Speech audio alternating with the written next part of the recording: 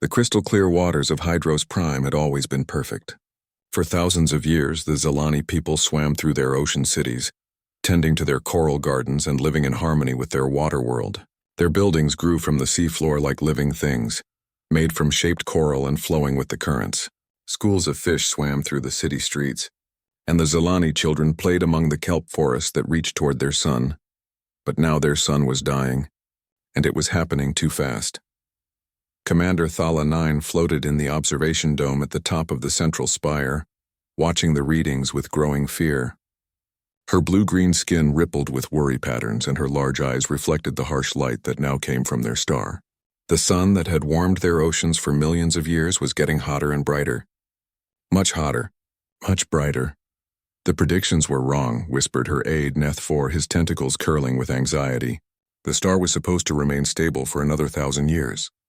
Thala 9 nodded sadly. Their scientists had been so sure. The Zilani were excellent at many things. They could grow cities from living coral, cure diseases with sea plants, and live in perfect balance with their world. But they had never been good at the violent sciences. They didn't understand stars that exploded or planets that died. They were a peaceful people who studied life, not death. How long do we have? Thala 9 asked, though she dreaded the answer. 6 months, maybe 7, Neth 4 replied. The ocean temperatures are rising too fast. The coral cities will die first, then the kelp forests. After that, he didn't need to finish. After that, 4.2 billion Zilani would boil alive in their own oceans. Thala 9 closed her eyes and felt the weight of her people's fate. As the elected speaker for Hydros Prime, it was her job to find a solution. But what solution could there be? The Zilani had never built spacecraft for long journeys. They had never needed to. Their world had always been enough. Contact the Galactic Council, she said finally. Send the message to all member worlds. Tell them what is happening here. The message went out that same day, transmitted on all the frequencies used by the 47 species that made up the Galactic Council. It was a simple message, sent in the common trade language that all civilized worlds understood. This is Commander Thala 9, speaker for the world of Hydros Prime. Our star is dying faster than predicted. Our oceans will boil within 6 months. 4.2 billion Zilani citizens need immediate evacuation to survive. We offer our advanced biotechnology, our knowledge of aquatic farming, and our eternal service to any world that can give us sanctuary. Please respond. Please help us. The first response came from the Krathari Empire within 2 days. Thala 9 read it with hope that quickly turned to disappointment. The Krathari Empire sympathizes with your situation. However, our immigration laws strictly limit new residents to 10,000 individuals per solar year. We suggest you apply through proper channels and wait for processing. Wait for processing. When they had 6 months to live, the Nexari Collective responded next. While we feel compassion for your plight, our silicon-based biology is completely incompatible with your carbon-based life forms. Our worlds would be toxic to your people, and yours would be equally dangerous to us. Then came the Vorthak Federation. Our worlds are already overcrowded with refugees from the Spinward Wars. We lack the resources to accommodate another 4.2 billion beings, regardless of species. One by one, the responses came in. 47 different species, 47 different excuses. The Eldorians cited security concerns about accepting so many refugees at once. The hegemony worried about economic disruption. The Ziridian Republic suggested the Zilani should have planned better for stellar instability. Some responses were kinder than others, but the result was always the same: no help. Thala 9 read each message aloud to the Council of Speakers. The Great Hall had once been filled with the gentle sounds of water flowing through living walls and the soft music of Zilani voices. Now it was silent except for her words and the increasingly worried patterns that rippled across every Zilani's skin. What about the Vegan Trade Alliance? Asked Speaker Cole 7. They have many worlds. They fear we would disrupt their carefully balanced ecosystems, Thala 9 replied, reading from their message. They suggest we try the Centauri group instead. And the Centauri group? They suggest we try the Vegan Trade Alliance. The pattern continued for weeks. Each species had reasons why they couldn't help. Some of the reasons were even good ones.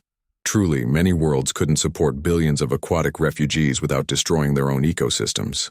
But others were clearly just excuses, ways to avoid the inconvenience and cost of helping a dying world. The Zilani had always believed in the goodness of the galactic community. For 300 years, they had been proud members of the Council. They had shared their knowledge freely, helped broker peace treaties, and sent aid to worlds hit by natural disasters. They had thought that civilized species looked out for each other. They were learning that civilization and compassion were not the same thing. As the weeks passed, the situation on Hydros Prime grew worse. The rising heat from their dying star began killing the outer coral reefs. Fish fled to deeper waters, disrupting the food chains that fed billions. The Zilani began moving their cities deeper as well, but they could only go so far before the pressure became too great even for their tough bodies. Children stopped playing in the kelp forests. The forests were dying. Perhaps we should try sending individual requests, suggested Speaker Yun-Tu. Instead of asking for all 4.2 billion at once, we could ask different worlds to take smaller groups. They tried that too. The results were no better. A few worlds agreed to take a few thousand Zilani each. Enough to preserve their species, perhaps, but not enough to save their people. The Zilani would have to choose who lived and who died. It was not a choice any civilized being should have to make. There must be someone, Thala 9 said during one of their increasingly desperate council meetings. Somewhere in the galaxy there must be someone who will help. But as the reports came in from their monitoring stations, the truth became clear. The galaxy was full of advanced civilized species who were too busy, too careful, too set in their ways to risk themselves for others. They had laws and procedures and committees for everything, including compassion. And by the time their laws and procedures and committees finished debating, the Zilani would be dead. The ocean temperature rose another degree. The coral cities began to bleach white, then crumble. Time was running out and the stars remained silent. In her private chambers, Thala 9 floated in the warm water and looked up at the dome above her head. Beyond the transparent coral, she could see their sun burning too bright in the dark ocean sky. It looked angry, she thought, like it wanted to hurt them. She had stopped believing that help would come. The galaxy had made its choice, and that choice was to let the Zilani die quietly, so as not to disturb anyone else's carefully ordered lives. She closed her eyes and tried to imagine what it would be like when the oceans finally boiled away. Would it be quick? Would her people suffer? Would anyone in the galaxy even remember them afterward? Or would they just be another extinct species that had failed to plan properly for stellar instability? Outside her window, the first of the deep coral gardens began to die, and Commander Thala 9 wept salt tears into the salt sea. Dr. Sarah Chen had been working the night shift at the SETI Institute for 3 years, and she had never heard anything like it. The signal came in at 2:47 a.m., cutting through the usual background noise of space like a knife through silk. Sarah was alone in the monitoring station, surrounded by computers and screens that painted her face blue in the darkness. She had been half asleep, listening to the endless static from the deep space array when every alert on her console started screaming at once. "What the hell?" she muttered, sitting up straight and reaching for her coffee. The signal was coming from somewhere past the edge of the solar system, but it wasn't random noise or natural phenomena. It was organized. It was intentional. It was language. Sarah's hands shook as she started the recording and called up the translation programs.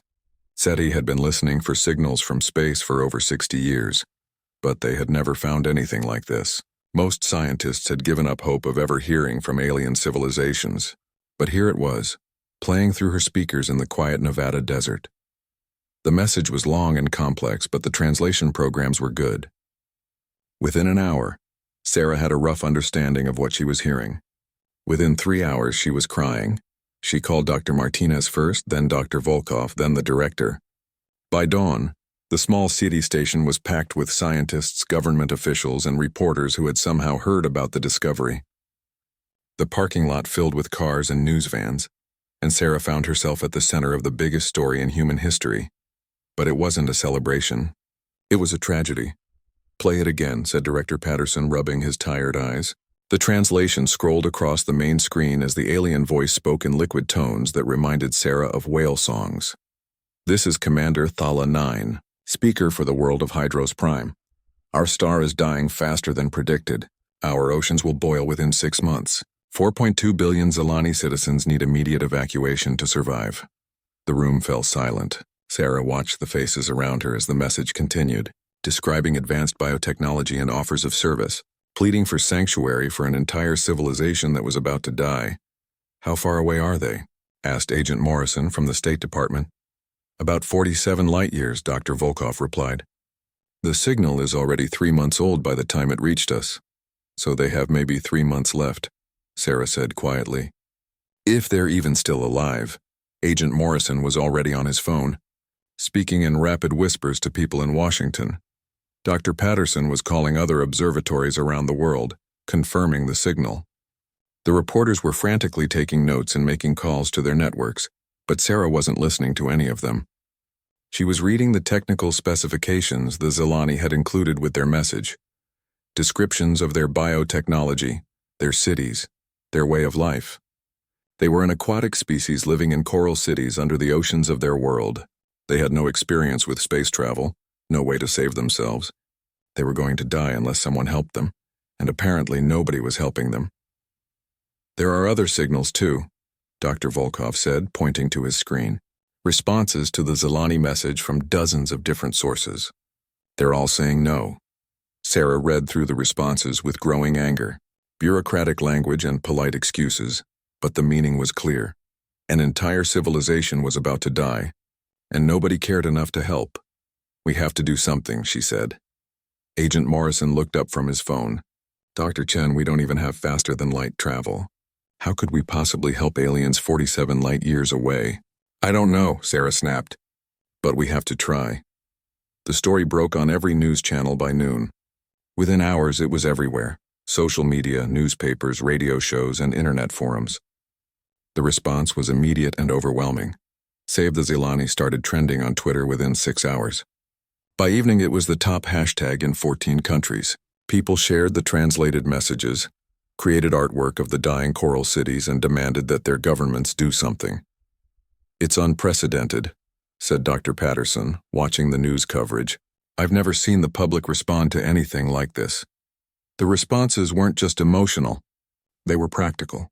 Marine biologists from around the world started video conferences to discuss how to create habitats for aquatic aliens. Engineers began designing life support systems for spacecraft that didn't exist yet. Computer programmers worked on translation software to communicate with the Zilani. Crowdfunding campaigns appeared overnight.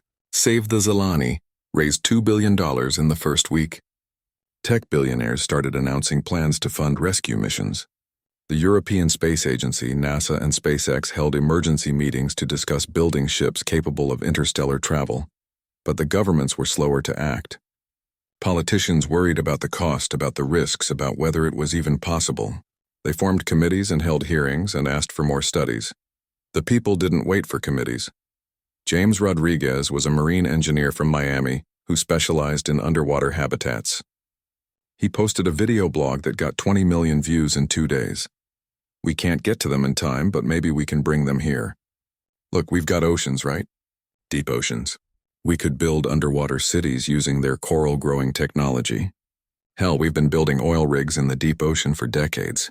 How hard could it be to build alien cities?" Dr. Lisa Wong, a marine biologist from San Francisco, started Project Deep Blue.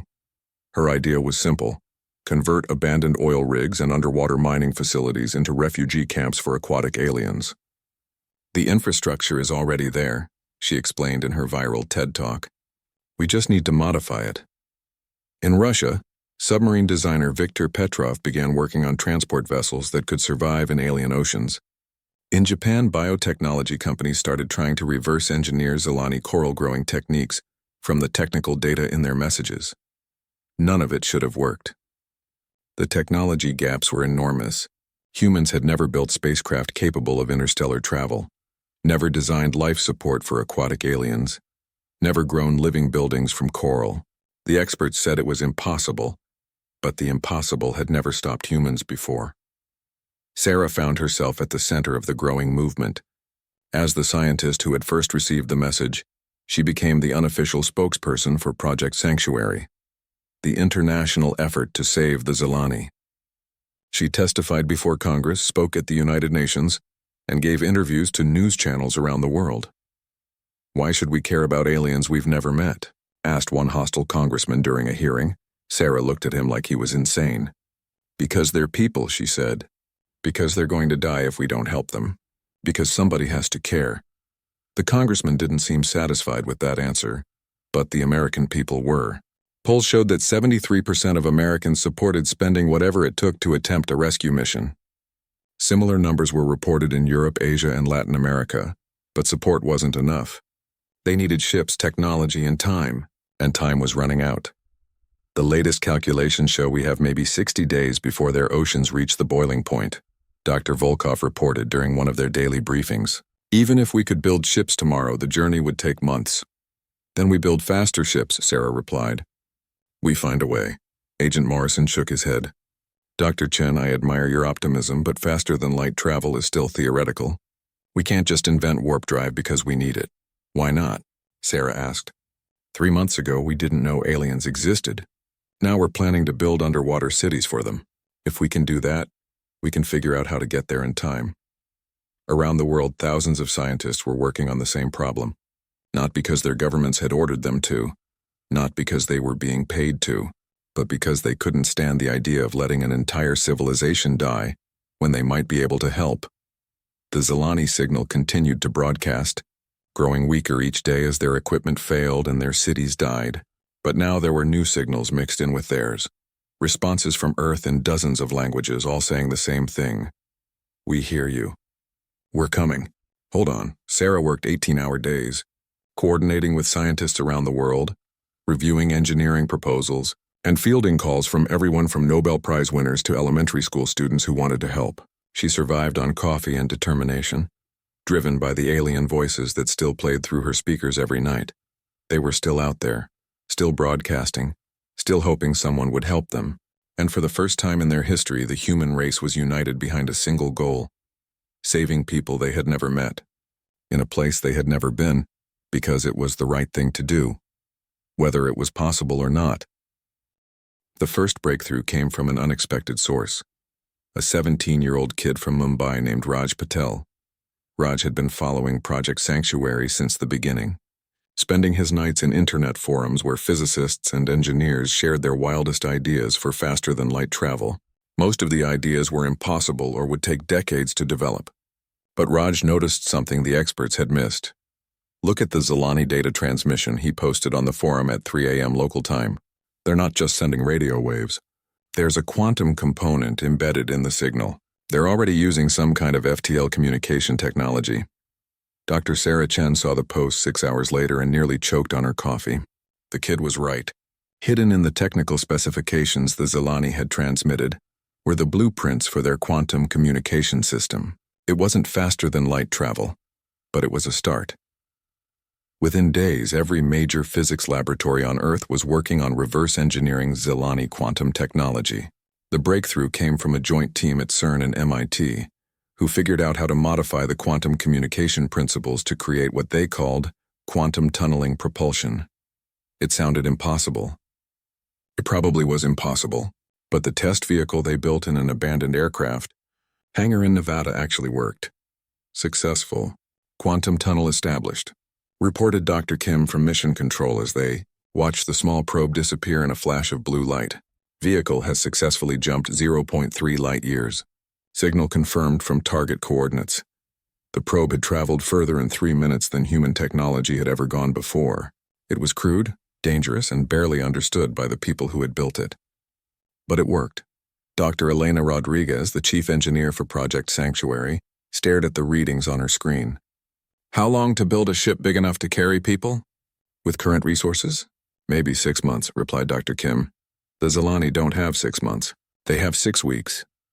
Then we build it in 6 weeks. What followed was the most insane engineering project in human history. Every major aerospace company on Earth contributed resources. NASA emptied its warehouses. The International Space Station was cannibalized for parts. 3 nuclear submarines were stripped down and converted into the hull sections for a ship that had never been designed. The construction took place in international waters, on a floating platform assembled from oil rigs and cargo ships. Workers from 50 different countries labored around the clock, welding hull plates, installing life support systems, and trying to figure out how to make alien biotechnology work with human engineering.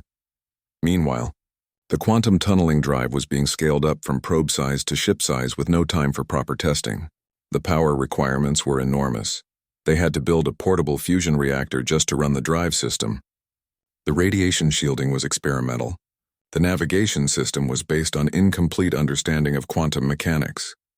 "This is insane," muttered Dr. Martinez as he reviewed the ship designs. "Half of this stuff has never been tested. The other half is based on alien technology we don't really understand." "Will it work?" asked Sarah. "Maybe, if we're lucky. And if the laws of physics don't decide to surprise us, then we're going with it." The ship they built looked like nothing that had ever flown before. The hull was a patchwork of different metals and materials, held together with welds, bolts, and prayer. The living sections were based on Zilani coral-growing technology, experimental biostructures that could theoretically sustain aquatic life during the journey. The quantum drive took up half the ship and glowed with an eerie blue light that made everyone nervous. They named it the Hope. As construction neared completion, volunteers began arriving from around the world. Marine biologists who specialized in aquatic life support, engineers with experience in submarine operations, doctors who had studied the Zilani physiology data, linguists working on translation protocols. Sarah found herself selected as mission commander, partly because of her expertise in alien communication, and partly because the International Committee couldn't agree on anyone else. At 42 years old, she had never commanded anything bigger than a research team. Now she was responsible for humanity's first interstellar rescue mission. "Are you ready for this?" asked Dr. Patterson during their final briefing. Sarah looked around the converted cargo ship that served as mission headquarters. Charts covered every wall, showing the planned route to Hydros Prime and the experimental procedures for quantum tunneling.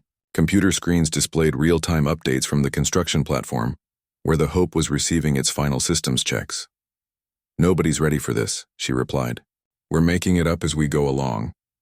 The launch date was set for 17 days before the estimated total ocean boiling point on Hydros Prime.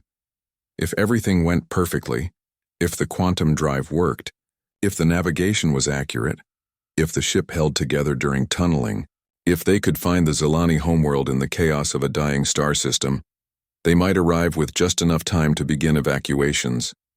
If anything went wrong, they would arrive too late to find anything but steam and dead rock. 3 days before launch, monitoring stations around Earth detected something that changed everything. New signals from the Hydros Prime system. Not from the Zilani, but from ships arriving at their world. "It's the Galactic Council," reported Dr. Volkov, his face grim as he read the intercepted transmissions. 3 different species have sent observer ships to monitor the situation." "Observer ships?" Sarah felt a cold anger building in her chest. "They're just going to watch?" The intercepted messages confirmed her worst fears. The galactic observers were there to study the stellar collapse and document the extinction of the Zilani, for scientific purposes. They had no intention of helping. They were treating the death of an entire civilization like a research opportunity.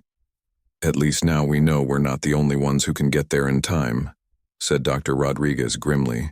"We're just the only ones who care enough to try." The news of the galactic observers spread quickly, and the human response was immediate and furious. Protests erupted outside government buildings. Galactic cowards trended worldwide. The funding for Project Sanctuary doubled overnight, as people donated their savings to prove that humans were better than the so-called advanced civilizations. But the news also brought technical intelligence. The observer ships were using standard galactic FTL technology, which meant the journey to Hydros Prime was definitely possible. Human physicists analyzed the drive, signatures, and made last-minute improvements to the Hope's quantum tunneling system. "We're as ready as we're ever going to be," reported Chief Engineer Rodriguez on launch day. "The ship is loaded with everything we could think of. Life support pods, medical equipment, food processors, coral-growing tanks, even some of those inflatable underwater habitats from the oil industry." Sarah stood on the observation deck of the Hope, looking down at Earth through the transparent aluminum viewport. Cities glowed like stars across the dark continents, and she could see the lights of ships and aircraft moving across the oceans. Somewhere down there, construction crews were still working around the clock to build underwater refugee facilities, even though nobody knew if the rescue mission would succeed. "Final systems check complete," announced the ship's AI in a calm voice that did nothing to hide the experimental nature of everything they were about to attempt. Quantum tunneling drive online. Navigation locked on Hydro's prime system. All crew members report ready. Sarah looked around at her team, 53 volunteers from 26 countries, most of whom had never been in space before. They were marine biologists and engineers, linguists and doctors, submarine crews and coral farmers. They were the best humanity could offer, and they were about to attempt something that might be completely impossible. "Take us out." "Pilot," Sarah ordered. The Hope moved away from Earth's orbital platform slowly at first, then faster, as the conventional ion drives pushed them toward the outer system. Behind them, Earth grew smaller and smaller until it was just another star. Ahead of them lay the unknown, and a dying world where 4.2 billion people waited for a salvation that might never come. As they reached the jump point, Sarah opened a communication channel to Earth. "This is Commander Chen aboard the Hope. We are beginning quantum tunneling to the Hydros Prime system. Our estimated arrival time is 14 hours, 36 minutes. If we're successful, we'll begin immediate evacuation operations. If not," she paused, looking around at her crew one more time. They all knew the risks. The quantum drive might tear the ship apart. They might arrive in the middle of a stellar explosion. They might find nothing but lifeless rock where Hydros Prime used to be. If not, at least we tried. Earth out. The quantum drive began to spin up, filling the ship with a low humming sound that seemed to come from everywhere at once. Blue light poured through the corridors as exotic particles danced around the hull. Space itself began to bend and twist around them, reality becoming fluid as they prepared to step outside the normal universe. "Quantum tunnel established," reported the pilot. "Beginning translation in 3, 2, 1. The Hope disappeared from Earth's solar system in a flash of blue light, carrying humanity's hope and determination toward a world they had never seen. To save people they had never met. Because someone had to try. The Hope emerged from quantum, tunneling into chaos. Sarah's first view of the Hydros Prime system through the bridge viewport was nothing like the peaceful water world described in the Zilani transmissions. The star blazed white-hot and angry, sending streams of plasma millions of kilometers into space. Solar radiation levels were off the charts. And Hydros Prime itself? "Jesus," whispered Dr. Martinez from the navigation station. "Half the planet is gone." The ocean world that had been home to 4.2 billion Zilani was dying before their eyes. Massive storms covered the day side where the deadly starlight boiled the seas. The night side was barely better. What had once been deep blue oceans were now a sickly green-brown color, choked with dead algae and floating debris from collapsed coral cities. But there were still signals coming from the planet. Weak, desperate, but alive. "Commander," called Lieutenant Park from the communication station, her voice tight with excitement. "I'm picking up Zilani distress beacons. Multiple sources. They're still down there?" Sarah felt a surge of relief mixed with terror. They weren't too late, not completely. But the planet looked like it had maybe days left, not weeks. "How many?" she asked. Hard to tell with all the interference from the solar activity, but maybe 2 billion signatures. Maybe less, 2 billion. Half the population already dead, and the rest dying fast as their world boiled around them. "What about those ships?" Dr. Rodriguez pointed to 3 sleek vessels orbiting at a safe distance from the planet. They were beautiful things, all curves and gleaming metal, clearly built by civilizations with centuries of experience in space travel. "Those are the observer ships," Sarah said grimly. "The Galactic Council representatives who are here to watch and take notes." As if summoned by her words, the communication system crackled to life with an incoming transmission. The voice that came through the speakers was smooth and electronic, speaking perfect English with just a hint of condescension. "Unknown vessel, this is Observer Ship Vigilance of the Krathari Empire. You are approaching a restricted research area. Please identify yourself and state your intentions." Sarah looked around at her crew. After everything they had been through, the impossible construction project, the untested quantum drive, the 14-hour journey through folded space, now they had to deal with galactic bureaucrats. "This is Commander Sarah Chen of the Earth vessel Hope," she replied. "We're here to evacuate the Zilani population." There was a long pause. "Then Earth?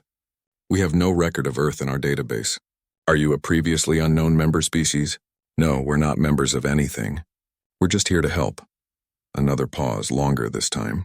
Sarah could imagine the alien captain checking with his superiors, trying to figure out what to do about these primitive upstarts who had somehow built an FTL ship. Commander Chen, I am Captain Vex Prime of the Krathari Observer mission. While we appreciate your intentions, this situation is beyond the capabilities of a single unregistered vessel. The Zilani evacuation requirements exceed 4.2 billion individuals. The logistics alone— Yeah, we know, Sarah interrupted. That's why we're here. What's your excuse? I beg your pardon? You heard me. You've got 3 ships full of advanced technology, and you're just sitting there watching people die. What's your excuse? The channel went silent for several minutes. When Captain Vex Prime spoke again, his voice was colder. Commander Chen, the Galactic Council operates under strict non-interference protocols. We cannot simply evacuate entire populations without proper authorization, environmental impact studies, and relocation agreements. The bureaucratic requirements alone would take months to— They don't have months, Sarah shouted. Look at that planet. Look at that star. They have days, maybe hours, which is precisely why evacuation is impossible. No civilization has the capability to move 4.2 billion individuals in such a short time frame. The mathematics simply don't work. Sarah looked down at the dying world below them, then at her small crew of 53 humans who had traveled 47 light years because somebody had to try. Watch us, she said, and cut the communication. The Hope's approach to Hydros Prime was terrifying. Solar radiation battered their experimental shielding. Electromagnetic storms from the dying star played havoc with their navigation systems. The planet's atmosphere was thick with steam and ash from boiling oceans and collapsed cities. But they made it to orbit, and the view up close was even worse than from a distance. Sensors are picking up massive underwater structures, reported Dr. Kim from the science station. But most of them are dark. No power, no life signs. What about the active signals, concentrated in the deep ocean trenches on the night side? It looks like they've moved their survivors to the deepest parts of the ocean where the water is still cool enough to survive. Sarah nodded. It made sense. As their world died around them, the Zilani had retreated to the last safe places. But even those wouldn't last long. Take us down, she ordered. Emergency descent to the deep ocean zones. The Hope wasn't designed for atmospheric flight, let alone underwater operations. But the emergency landing systems worked, barely.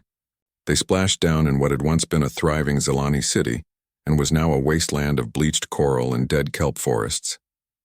The water around them was hot enough to cook a human, but their environmental suits held up as the first rescue teams descended into the depths. What they found there broke their hearts. Thousands of Zilani huddled in the ruins of their deep-sea shelters, their normally vibrant skin pale with stress and starvation. Families clustered together around failing life support systems. Children floated listlessly in the arms of parents who had no food to give them. But when they saw the humans descending from above in their clumsy mechanical suits, something amazing happened. The Zilani began to sing. It was a song of hope, of gratitude, of welcome for strangers who had come impossible distances to help them. The sound carried through the water like nothing Sarah had ever heard, and she found herself crying inside her helmet as she worked to connect their emergency life support systems to the Zilani shelters. How many can we take on the first trip? Asked Dr. Martinez over the comm system. Sarah looked around at the thousands of Zilani faces surrounding them, all watching with desperate hope as the humans worked to set up evacuation equipment. All of them, she said. Sarah, be realistic. Our ship can maybe handle a few hundred in the biotanks we brought. Then we make more trips. We modify the ship. We do whatever it takes. The evacuation began immediately, and it was chaos from the start. The Hope's biotanks were designed for scientific specimens, not refugees. The life support systems were experimental. The translation protocols barely worked, leading to constant confusion about who should go first and where they should go. But somehow it worked. The first group of Zilani refugees, 500 of them, were loaded into hastily modified cargo holds flooded with ocean water and equipped with improvised breathing apparatus. It should have been a disaster. Instead, it was a miracle. Life signs stable, reported the medical team as the Hope lifted off from the boiling ocean. All refugees are alive and responding well to the modified environment. The trip back to Earth took 18 hours instead of 14 because of the extra mass and the need to maintain life support for aquatic passengers. But they made it, and the sight that greeted them in Earth orbit was incredible. The underwater refugee facilities were ready. Floating cities made from converted oil rigs dotted the Pacific Ocean. Submersible transports waited to ferry the Zilani to their new homes, and thousands of humans stood on ships and platforms, cheering as the Hope docked with the orbital transfer station. But there was no time to celebrate. 2 billion Zilani were still trapped on a dying world, and every minute counted. "Turn us around," Sarah ordered as soon as the refugees were safely transferred. "We're going back." "Commander," said Dr. Rodriguez carefully, "the ship wasn't designed for multiple FTL jumps without maintenance. The quantum drive is showing stress fractures. The hull integrity is questionable. Will it make one more trip? Maybe, if we're lucky. Then we're going back." The second trip was harder. The radiation levels around Hydros Prime had increased dramatically. Whole sections of the planet's ocean were now steam. The Zilani survivors had retreated even deeper, and some of the shelters were no longer responding to communication attempts, but they saved another 1,000. Then another 500 from a different shelter. Then 200 survivors they found clinging to the wreckage of a collapsed city. On the fourth trip, the Hope's quantum drive failed completely during the return journey. They limped back to Earth on conventional thrusters, taking 3 days instead of 18 hours. The Zilani refugees nearly died from failing life support, but human engineers managed to keep the systems running with spare parts and desperation. By the time they reached Earth again, other ships were already being built. Crude experimental vessels based on the Hope's design, but improved with each iteration. The Chinese had converted a space station into a transport ship. The Europeans had built a quantum drive into a repurposed asteroid miner. Even private companies were launching rescue missions with ships that had no business leaving orbit, let alone jumping to other star systems.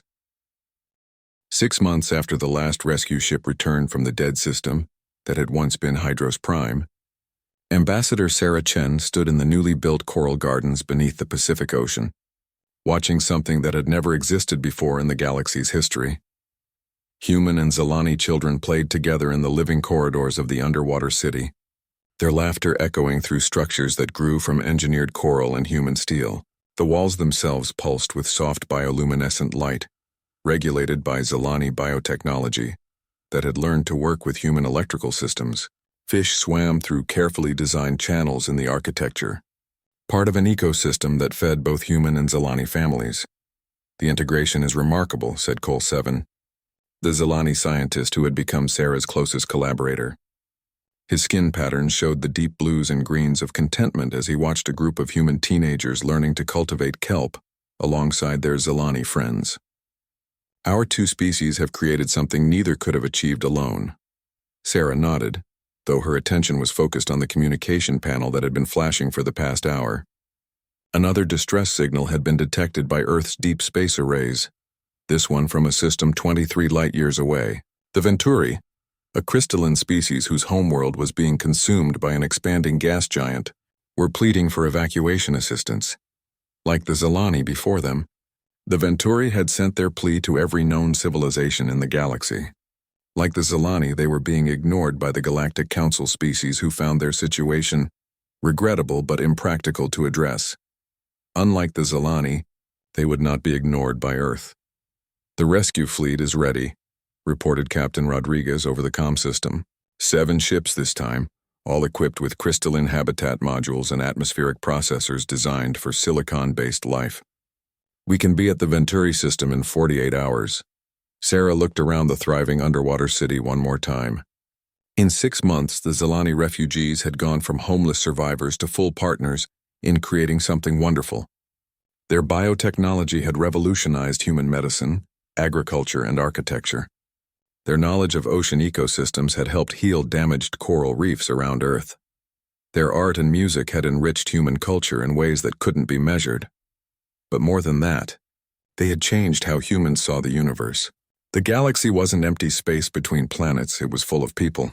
People who could suffer, people who could die, people who deserved to be saved. "Take us up," Sarah said, heading for the transport that would carry her to the surface and then to orbit. "The Venturi are waiting." As their ship rose through the Earth's atmosphere toward the jump point, Sarah received an incoming transmission on the official Galactic Council frequencies. The face that appeared on her screen was elegant and alien. Captain Vex Prime of the Krathari Empire, the same pompous official who had lectured her about proper procedures while the Zilani died. Ambassador Chen, the Krathari captain said with obvious discomfort. The Galactic Council has been monitoring your species' recent activities. Have you now? Sarah replied coolly. And what do you think of our activities? Your rescue operations, while admirable in intention, are causing significant concern among the Council species. You are setting dangerous precedents. Civilizations cannot simply evacuate entire populations without proper oversight, environmental studies, and integration protocols. Sarah laughed. Right, proper oversight. Like the oversight you provided when the Zilani were boiling alive. The Zilani situation was a tragedy, but the Zilani situation was a choice, Sarah interrupted. Every single one of you chose to let them die rather than inconvenience yourselves. Every single one of you decided that your bureaucracy was more important than 4.2 billion lives. Captain Vex Prime's alien features tightened. Ambassador Chen, the Council operates under careful protocols designed to maintain galactic stability. Uncontrolled population movements could destabilize entire regions. You know what destabilizes regions, Captain? Letting entire civilizations die when you have the power to save them. There was a long pause. When the Krathari spoke again, his voice was different, less certain, more thoughtful. The Council has been discussing your species' actions for months, he admitted. Some members are disturbed by your willingness to risk everything for strangers. Others are intrigued. A few are even reconsidering some of our more restrictive policies. Good. Maybe you'll learn something. Perhaps we already have. Ambassador Chen, the Galactic Council formally invites Earth to join our organization. Your species' unique perspective on emergency response could be valuable. Sarah had been expecting this invitation for weeks. The galactic community couldn't ignore Earth anymore, not after the impossible rescue of the Zilani and the ongoing integration success. But she also knew what they really wanted. They wanted humans to follow their rules, to calm down, to become reasonable and civilized like everyone else. We'll consider your invitation, she said carefully. But if we join your council, it will be on our terms. What terms? Sarah looked at the star charts showing the Venturi system, where another dying world waited for salvation that would only come from Earth. She thought about the Zilani cities growing in Earth's oceans, about the rescue fleets being built in orbital shipyards, about the message that humanity was sending to the galaxy. Simple terms, Captain. We want to be your emergency response coordinators. When civilizations are dying and need immediate help, you call us. When refugees need evacuation and nobody wants to take them, you send them to us. When the galaxy has a crisis that requires someone to do the impossible, you get out of our way and let us work. Captain Vex Prime stared at her through the screen. You want us to make you responsible for galactic emergencies? I want you to acknowledge what we already are. Look around your galaxy, Captain. When the Zilani were dying, who helped? When the Venturi are being consumed by a gas giant, who's going to save them? When the next crisis happens, and it will happen, who do you think is going to drop everything and risk their lives to help complete strangers? The Krathari captain was quiet for a long time. In the background of his bridge, Sarah could see other council species representatives appearing on communication screens, dozens of alien faces, watching this conversation with intense interest. The council will need to debate this proposal, he said finally. Debate. All you want, Sarah replied. We'll be busy saving people. As the Hope's new sister ship prepared for quantum jump to the Venturi system, Sarah's communication panel lit up with incoming signals from across human space. The rescue fleet was ready. The evacuation protocols were prepared. The orbital shipyards were building even larger vessels for future missions. But more importantly, the deep space monitoring arrays were picking up something new. The distress calls were still coming from across the galaxy. Civilizations in trouble, worlds in danger, people who needed help.